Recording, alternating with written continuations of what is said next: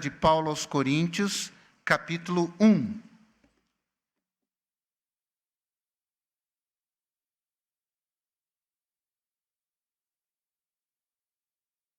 Primeiro aos Coríntios, capítulo 1, para a leitura a partir do verso 26.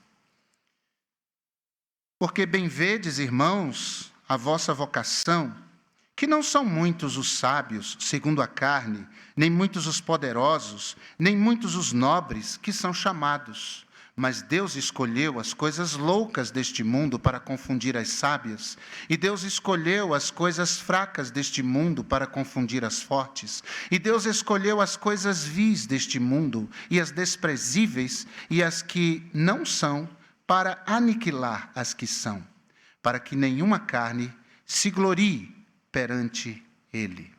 Amém. Obrigado, Senhor, pela palavra eterna, abençoadora, e que o Senhor abra nossos olhos, nossos corações, para que, meu Pai, vejamos e compreendamos a Tua vontade para nós, em nome de Cristo. Amém. Podem se assentar, irmãos. Resoluções para toda a vida é o tema do mês de janeiro em nossa igreja. Desde a quarta, última passada, damos a primeira mensagem, eu decido pertencer. Hoje pela manhã, eu decido obedecer. E nesta noite, eu decido servir. Porque o que muda a nossa história não é o que sabemos. Eu já lhes disse isso. O que muda a nossa história não é a experiência que amealhamos ao longo da vida. O que muda a nossa história não é o cargo que temos, não é a formação acadêmica que temos, mas o que muda a nossa história, o que muda a nossa vida, é o que nós decidimos e fazemos.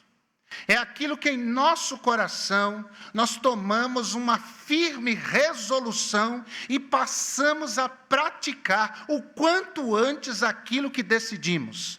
Tem muita gente que não tem nenhuma virada em sua vida, nenhuma guinada em sua vida, nenhuma transformação em sua vida. A sua vida não muda de verdade, porque ele não tomou decisões e não procurou agir para que essas decisões saiam de uma teoria, saiam de uma intenção e tornem-se práticas na sua vida e tornem-se frutíferas, frutuosas em suas vidas. É por isso que neste mês de janeiro, Deus está nos chamando a tomar decisões. O ano está começando, então que façamos resoluções, e resoluções que não só perdurem por este ano, mas resoluções abençoadoras que perdurem por toda a nossa vida, para o nosso bem, para o bem dos que estão ao nosso redor e para a glória do nosso Deus. Quando nós pensamos em serviço a Deus, quando nós pensamos no trabalho de Deus, olhar para a nossa igreja significa ter um vislumbre daquilo que Deus faz na vida de pessoas que colocam as suas vidas nas mãos do Senhor para que eles as usem. Nós não temos músicos profissionais, professores profissionais. Nós não temos pessoas nos quadros de serviço que nós chamamos de diretoria, o organograma, que sejam profissionais. São pessoas que amam a Deus. E são pessoas que fazem o que fazem por amor a Deus, entendendo que esse trabalho serve para edificar pessoas, abençoar pessoas, e neste trabalho estas vidas glorificam a Deus. Agora, o serviço para Deus está para além de um organograma, de uma assembleia, de uma eleição, de um cargo. E a organização é muito importante, mas nós estamos nessa noite pregando ao organismo, ao corpo de Cristo, ao povo de Deus. E todos nós fomos comissionados por Jesus como seus servos, para desempenhar um papel, para desempenhar uma função. É por isso que o apóstolo Paulo escreve aos Coríntios e fala exatamente disso. que Deus resolveu agir na contramão daquilo que comumente é aceito e reconhecido como excelente.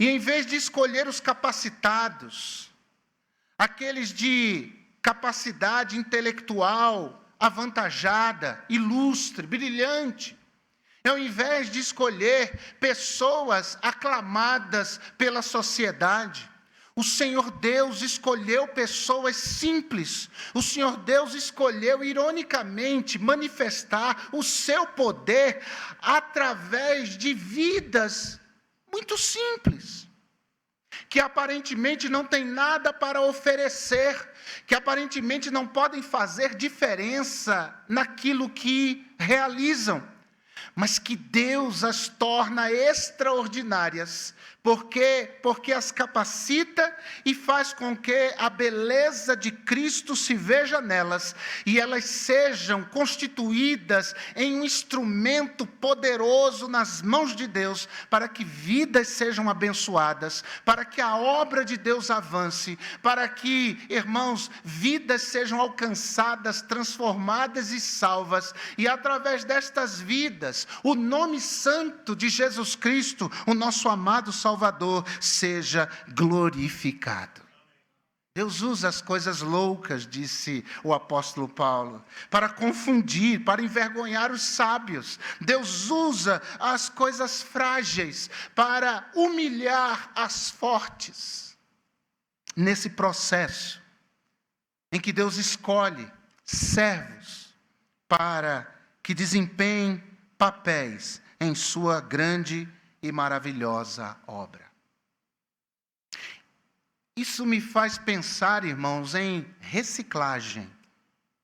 Sim, em reciclagem. É impressionante o que as pessoas fazem a partir de material reciclável. Nos últimos anos, o Brasil vem ganhando consciência dessa necessidade de reciclar. Muita gente separa o lixo, aquilo que é reciclável, daquilo que não é reciclável. Isso é muito bom, porque o que é reciclável, o próprio princípio da palavra já diz, vai se tornar numa outra coisa que seja igualmente útil. Mas muita gente não tem essa consciência e joga tudo fora. Coisas que poderiam ser transformadas, recicladas, em algo que seja igualmente útil, torna aquilo algo inútil na medida em que descarta, na medida em que joga fora, na medida em que não atribui valor algum àquilo. E há aqueles que vão mais longe e pegam coisas aparentemente imprestáveis e transformam em obras de arte, a partir de materiais que ele usou e viu ali, por exemplo, algo que pode se transformar numa peça, que vai ser exposta, que vai ser vendida, que vai embelezar alguma galeria aí do mundo das artes. Agora, sabe que também nós podemos ser reciclados? E nós podemos nos transformar ou sermos transformados em algo que seja útil para alguém, abençoador para alguém, que faça diferença na vida de alguém, que marque um espaço, um lugar, que faça resplandecer a luz de Cristo, do Evangelho, que acenda uma outra vida apagada pelas agruras, pelas adversidades, pelas situações difíceis da vida. Existe uma coisa no mundo moderno, da tecnologia, chamada de obsolescência programada. Os utensílios domésticos, por exemplo, eles duram muito pouco, eles têm um prazo limitado de validade. Foi-se o tempo em que as geladeiras duravam 30, 40, 50 anos. E um ferro de passar durava 40 anos. As coisas eram feitas para durar, não para serem jogadas fora. Irmãos, há muita gente, seres humanos, sendo jogados fora, sendo descartados. As pessoas olham para eles e não veem neles algo que seja bom, algo que possa acrescentar, algo que possa abençoar, algo que possa fazer diferença. A Bíblia descreve uma multidão de pessoas assim, que foram descartadas, que foram rejeitadas, abandonadas, jogadas fora, doentes. A Bíblia fala de leprosos, eles eram vistos assim, lunáticos, bêbados, ladrões, abandonados, violentos, violentados, gente com nenhuma ou pouca utilidade, mas que foram encontradas por Jesus, que foram alcançadas pela boa mão de Deus, que foram transformadas e fizeram diferença na história. Louvado seja Deus. Por isso eu quero fazer 3 afirmações nesta noite. Dentro dessa resolução firme do eu decido servir. Em primeiro lugar, eu e você, nós, já fomos descartados um dia. Sim, nossas vidas já foram descartadas. Eu posso falar por mim. Eu andava perdido, errante, como uma ovelha sem pastor, sem esperança, um vazio na alma que não me cabia. Uma pessoa desesperançada, uma pessoa que frequentava os ambientes religiosos, as igrejas, os cultos, que ouvia mensagens, pregações, hinos, mas estava irremediavelmente perdido. Esse era eu. Alguém que olhava para si e não via, de fato, nada que justificasse a própria existência no mundo. Mas um dia Jesus veio a mim. Um dia Jesus foi a você. Muitos dos que estão aqui tiveram um encontro vivo com Jesus. E em Cristo eu e muitos de nós encontramos uma razão para viver. Razão para existir, razão para cantar, razão para trabalhar, para constituir família, para enfrentar as dificuldades, as contrariedades desta vida com destemor, com firmeza. Nós fomos descartados um dia, mas Jesus nos encontrou. Mas Jesus nos transformou. Mas Jesus fez a nossa vida valer a pena. Uma segunda verdade que eu quero lhes afirmar nesta noite é a que diz não só que um dia todos nós fomos descartados, mas também que nós fomos chamados por Deus para servir. Então, o dono do universo nos encontrou. E mediante o sacrifício de Cristo, nós somos salvos, transformados, habitados pelo Espírito Santo, o Espírito de vida, o Espírito de Deus. Nossa vida ganhou outros contornos, outras perspectivas. Nós passamos a viver e a vivenciar experiências com Deus. Mas num dado momento, Deus nos comissionou. Num dado momento, Deus nos chamou. Num dado momento, Deus nos deu a perspectiva do serviço. E não é difícil encontrar pessoas que, diante de uma responsabilidade que lhe é apresentada, se sentem inadequados, se sentem incompetentes, se sentem sem condições de desenvolver aquilo, se sentem pequenos, se sentem muito aquém da responsabilidade que Deus está colocando sobre os seus ombros. E a tendência mais natural é colocar isso sobre outra pessoa, manda outro. Há pessoas melhores, há pessoas mais capacitadas. Há pessoas com maior experiência, com maior condição. A tendência, me parece, quase sempre, diante desse sentimento de inadequação, dizemos que outro faça porque eu não tenho condições de fazer isso. Eu não tenho capacidade para realizar isso. Onde é que está o pastor, meu Deus, nessa hora? Onde é que está o seminarista que está se preparando no seminário para servir, para liderar, enfim, para realizar algum tipo de obra, algum tipo de trabalho? Senhor, acho que o Senhor se enganou. Escolhe alguém melhor capacitado. Isso aconteceu com Moisés. Moisés, que teve uma vida palaciana, filho da filha de Faraó, rei do Egito, que teve uma educação rigorosa e qualificada, que aprendeu desde cedo a trabalhar na perspectiva da excelência, de se fazer o melhor, bem feito, que sempre foi educado na perspectiva da competência. Esse é Moisés. Esse homem que num dado momento da história é encontrado por Deus, Deus o encontra, e Deus o comissiona a voltar ao Egito. Esse homem tinha toda a formação intelectual, toda a capacidade para realizar aquela obra. Deus o havia preparado no Egito ao longo daquele tempo, e depois no deserto, o ensinando o outro lado da moeda.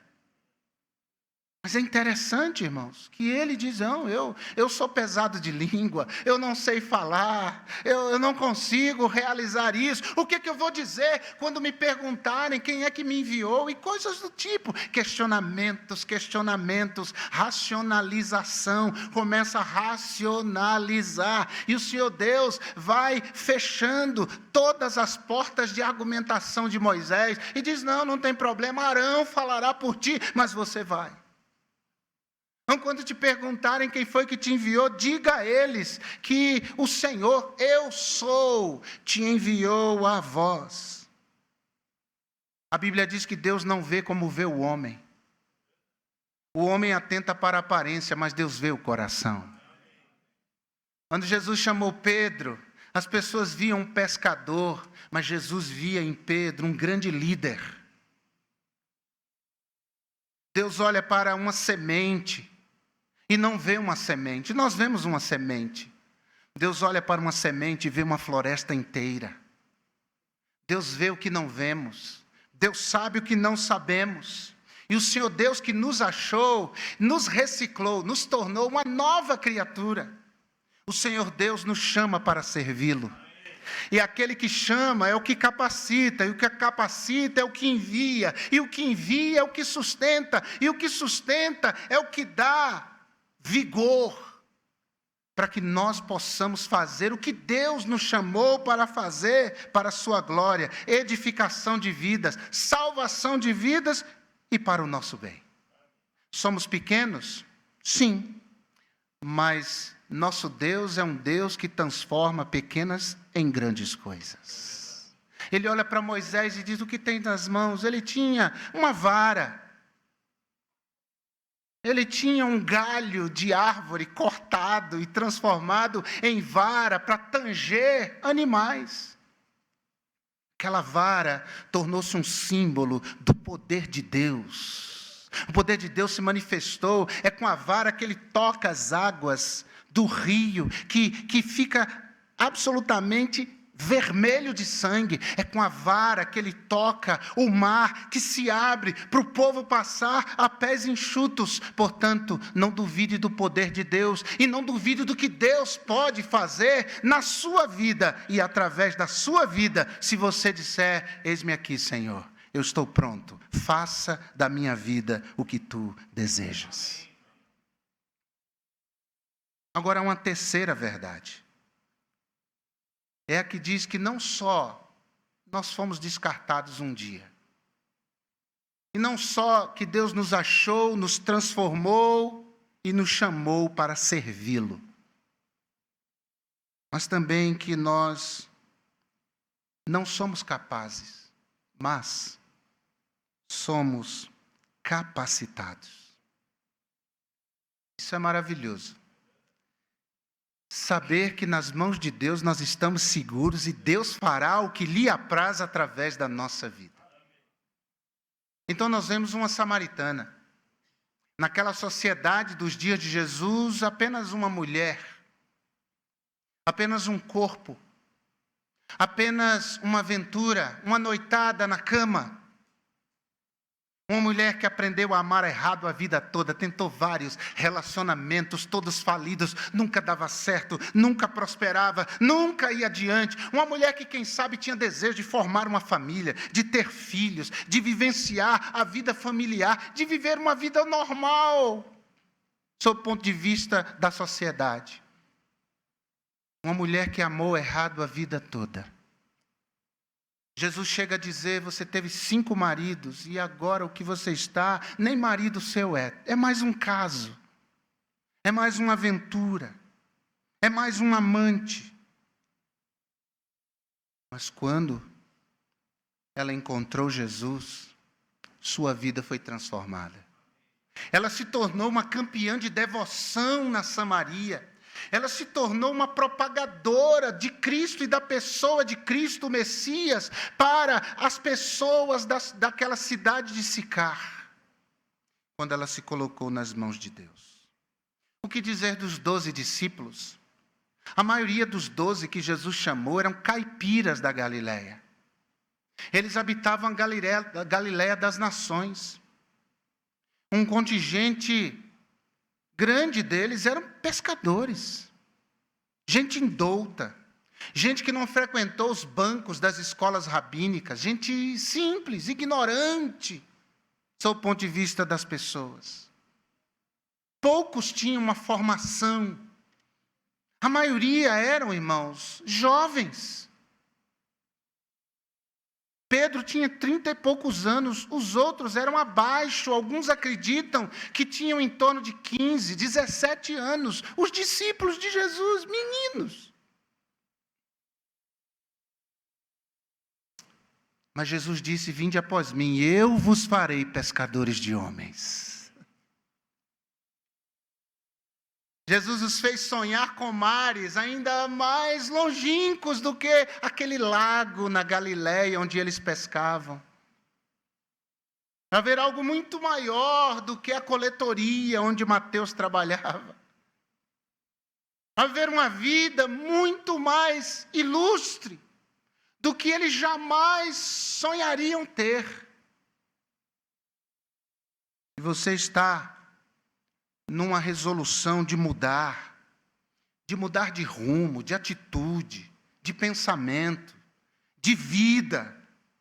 Saiba que é aos pés de Jesus que você vai alcançar isso e coisas que você nunca pensou em alcançar, pondo suas vidas nas mãos de Deus. Havia no meio desses discípulos gente covarde, abandonou Jesus na hora do aperto. Gente que era crítica, censurava pessoas que chegavam, crianças chegavam a Jesus, eles eram críticos. Aquela mulher que ungiu os pés de Jesus, enxugou com os cabelos, ficaram reclamando, resmungando, mas ela podia ter vendido esse perfume, o dinheiro dado aos pobres, seria muito melhor. Gente crítica. Entre esses, havia os ineficientes.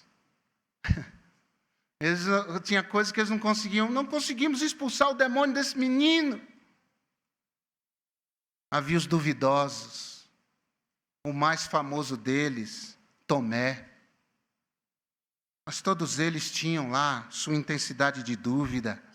Havia os de fé pequena, quando no meio da tempestade apaziguada, Jesus olha para eles e dizem, vocês não têm fé, porque vocês são tímidos. Porque são covardes. Havia outros vingativos. Quando olharam para aqueles samaritanos e disseram para Jesus, tu queres que nós oremos para que fogo do céu desça e consuma a todos? Misericórdia. Eram os filhos do trovão, gente de sangue quente. Eram os discípulos de Jesus. Havia os duros em perdoar. Até quando devemos perdoar? 70 vezes 7? Que coisa, né? Oh, perdão, até 7 vezes. Aí Jesus diz 70 vezes 7. Meu Deus do céu. Você vai perder a conta de quantas vezes você vai precisar perdoar. Duros para perdoar. Homens insensíveis.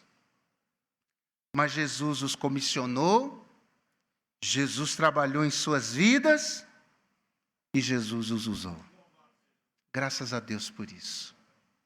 Não usou os seus pecados, mas transformou suas vidas para que eles fossem usados poderosamente nas mãos de Deus. Quando Jesus os chama, eles dizem: nós vamos seguir, nós vamos servir. E esses homens foram chamados de os homens que transtornaram o mundo. É o que acontece na minha e na sua vida, quando nós colocamos a nossa vida nas mãos de Deus. Deus pode te usar para ser como Dorcas, que ajudava os pobres, e que diante da sua morte, trouxe uma grande comoção à cidade de Jope. Coisa tão simples, costurar e dar aquelas roupas para os pobres. Aquela mulher foi um instrumento poderoso nas mãos de Deus. Deus usa as coisas fracas para confundir as fortes, as coisas vis para confundir as sábias. Esse é o nosso Deus. Eu li certa vez uma carta relacionada aos apóstolos, aos discípulos que Jesus escolheu. É algo fictício, mas que ilustra bem aquilo que eu estou lhe dizendo nesta noite.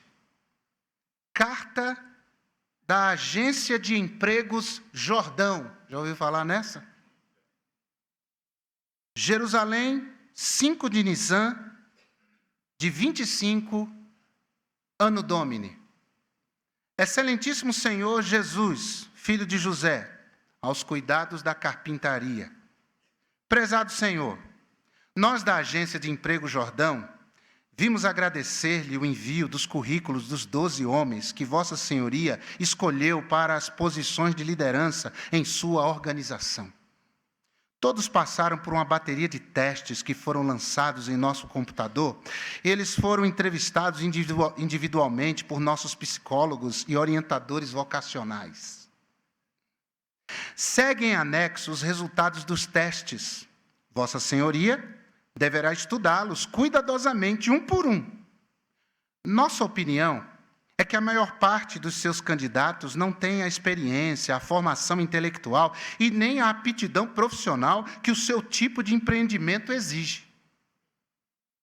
Falta-lhes, por exemplo, noção de trabalho em equipe. Recomendamos a Vossa Senhoria continuar procurando pessoas com experiência em liderança e que tenham comprovada capacidade. A análise. Simão Pedro é emocionalmente instável e dado a acessos de mau humor. André absolutamente não tem habilidade de líder. Tiago e João, filhos do senhor Zebedeu, colocam os interesses pessoais acima da lealdade empresarial. Eles queriam ficar um do lado direito e outro do lado esquerdo de Jesus no reino. Só isso. Tomé demonstra possuir uma atitude questionadora que poderia gerar desânimo. Sentimos ser nossa obrigação dizer-lhe que Mateus foi incluído na lista negra do Serviço de Proteção ao Crédito SPC da Grande Jerusalém. Alfeu e Tadeu têm ambos tendências perigosamente radicais, atingindo altos índices na escala dos maníacos depressivos. Um dos candidatos, entretanto, exibe um grande potencial. É um homem de capacidade, de muito recurso. Sabe lidar com as pessoas, tem uma mente para negócios como poucos, além de contatos no alto escalão. Tem grande motivação, é ambicioso e responsável. Recomendamos, portanto, Judas Iscariotes para a sua gerência e seu braço direito. Augurando sucesso no empreendimento de Vossa Senhoria, nos despedimos fraternalmente, Agência de Empregos Jordão. Deus não vê como vê o homem.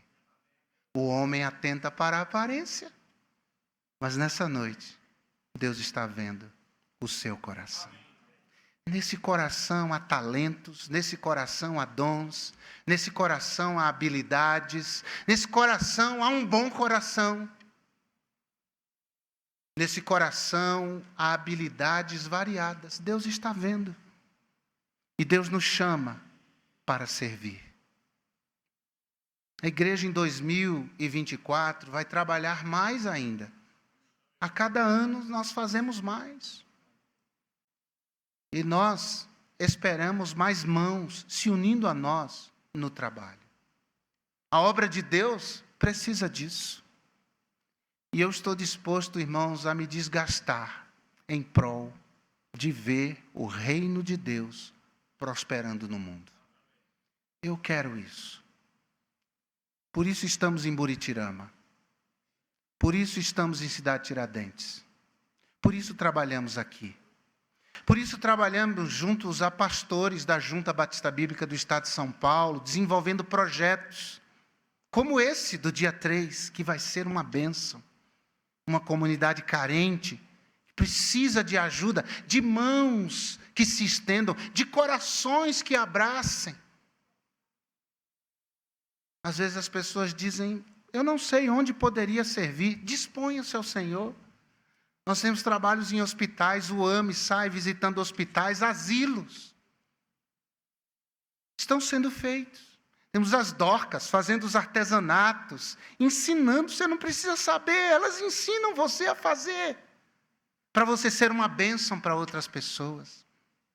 Há aqueles que cantam, há aqueles que ensinam, há aqueles que pregam, mas há aqueles que usam seu carro para trazer alguém idoso que não tem como vir sozinho para a igreja mais, não tem mais essa autonomia, mas mora bem no trajeto e você pode passar ali, pegar ele ou ela e dizer, vamos lá, vamos à igreja, eu levo o senhor, a senhora de volta para casa depois. É um privilégio para mim fazer isso.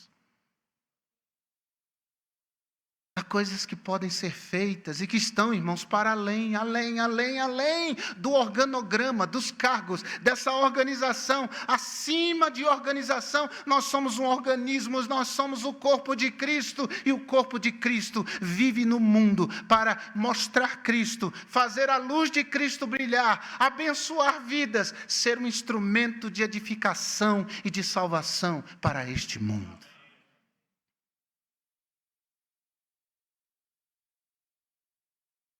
Deus nem sempre chama os capacitados, mas alguém já disse que Deus sempre capacita os chamados.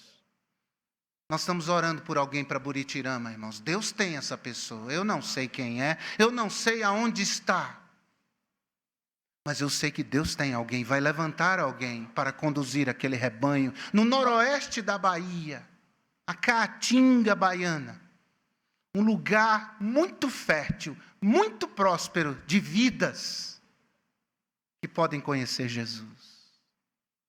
Louvado seja Deus, Mão Davi está lá em Cidade Tiradentes. Eu estou falando no nível pastoral, mas em nome de Jesus, não deixe seu coração se enganar. Hoje à noite eu vim aqui, no poder de Deus e em nome de Jesus, para falar ao seu coração. Há aí alguma coisa que Deus capacitou você para fazer. Ponha-se nas mãos de Deus em nome de Jesus e faça, decida nesta noite, porque Deus quer que nós o sirvamos. Então a resolução dessa noite para nós é: eu decido servir.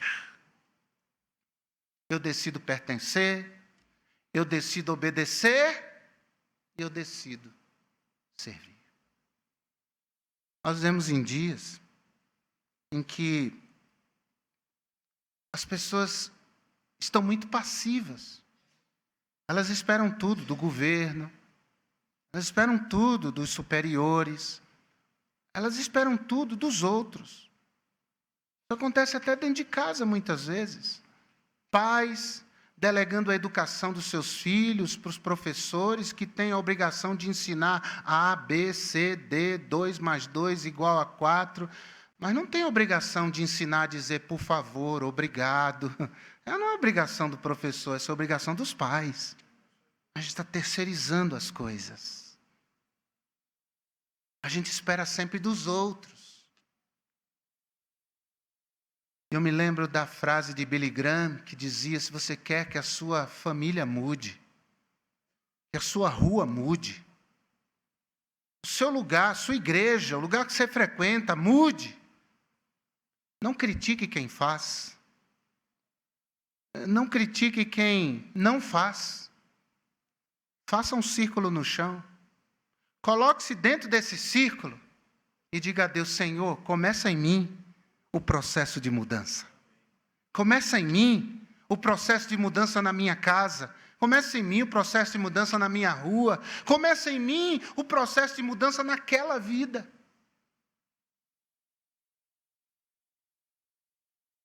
Adriano era um rapaz que foi descartado pela família. Usuário de drogas. Roubando tudo dentro de casa.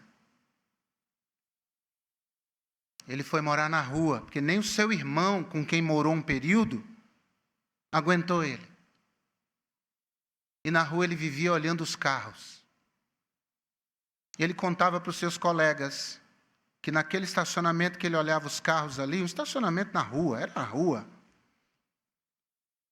tinha um rádio de boa qualidade. Tinha uma pasta dentro de determinado carro. Seus colegas de droga iam lá para estourar o vidro do carro e roubar o bem, levar e trocar por droga. Mas esse esquema foi descoberto.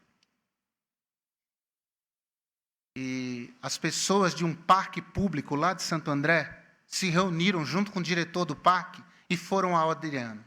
Disseram a ele: você some daqui ou a gente vai chamar a polícia, te denunciar, você vai ser preso. Esse rapaz atravessa a rua e senta lá do outro lado da rua, na calçada, na sarjeta, e fica lá sentado. No meio daqueles funcionários havia uma moça crente em Jesus Cristo, Simone. Todos foram embora e voltaram para o seu serviço, e Simone atravessou a rua, porque é isso que Deus quer, que a gente atravesse a rua. Que a gente pare de criticar, que a gente pare de acusar, que a gente pare de julgar. Deus quer que a gente atravesse a rua. Ela atravessou a rua. Ela sentou-se ao lado daquele rapaz. Ela começou a falar para ele de Jesus. De quem importa nos falar, irmão, senão de Jesus? Que assunto é mais importante do que Jesus? Ela falou de Jesus por alguns minutos para aquele rapaz. E ele orou entregando a vida a Jesus. Na quarta-feira, ela veio à igreja e falou comigo. E disse: pastor, assim, assim, assim. Agora tem esse rapaz, ele orou entregando a vida a Cristo, e ele está na rua perambulando. E o que a gente pode fazer? Nós podemos achá-lo. Podemos arrumar uma clínica para ele. E, irmãos, o encontramos pelas ruas de Santo André, na região onde perambulava. E nós o levamos para uma clínica, lá em Santo André. Lembro-me que eles cobravam R$50 e uma cesta básica naquela época. A gente era uma igreja pequena, pobre, mas nos reunimos e abraçamos aquele rapaz. Levamos roupas e o dinheiro a cada mês e a cesta básica. Tratamento de 6 meses. Ele ficou 6 meses nesse lugar. E aí terminou os 6 meses, saiu de lá. Para onde? Para perambular pelas ruas? Não. Então nós o colocamos dentro de um carro e o levamos para a cidade de Garça, interior de São Paulo. É lá onde seus pais moravam. O irmão não acreditou na sua conversão e não o quis receber na sua casa aqui em Santo André. Então nós o levamos. No caminho ele disse: pastor, eu saí de casa aos 17 anos de idade. Meu pai me expulsou de lá. Foi quando eu vim morar com meu irmão aqui. Nós tivemos uma briga muito feia, eu e meu pai. Quase entramos fomos às vias de fato. Eu acho que meu pai não vai me receber, não vai querer saber de mim. Mas fomos até lá. Chegamos em Garça, fomos a uma igreja batista, conversamos com um pastor, dissemos: esse rapaz aqui entregou a vida a Jesus, apoie ele, ajude ele a crescer na fé. E fomos para a casa dele. Onde chegamos, uma casa de muro baixo, e esse rapaz entra, já era um rapaz de quase 30 anos.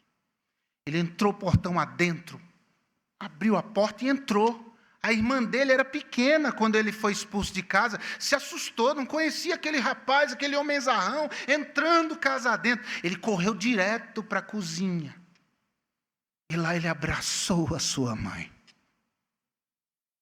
Nós entramos atrás dele. E ficamos vendo aquela cena tão bonita. Depois ele se apresenta para a irmã. A mãe emocionada porque achava que ele estava morto. Esperamos o pai chegar. Final do dia, aquele homem chega do trabalho. Entra em sua casa e nos encontra lá. E quando ele vê o Adriano, meu Deus do céu. Eu acredito que aquele homem viu Jesus no Adriano. Porque ele correu e abraçou o Adriano de uma forma. Os dois choraram por minutos, no meio da sala, diante de nós. Deixamos o Adriano lá, depois de ter pedido perdão ao seu pai, por tudo que fez, e dito que agora é uma nova criatura, 6 meses sem usar droga. E ele dizia: pastor, eu não tenho vontade de usar droga.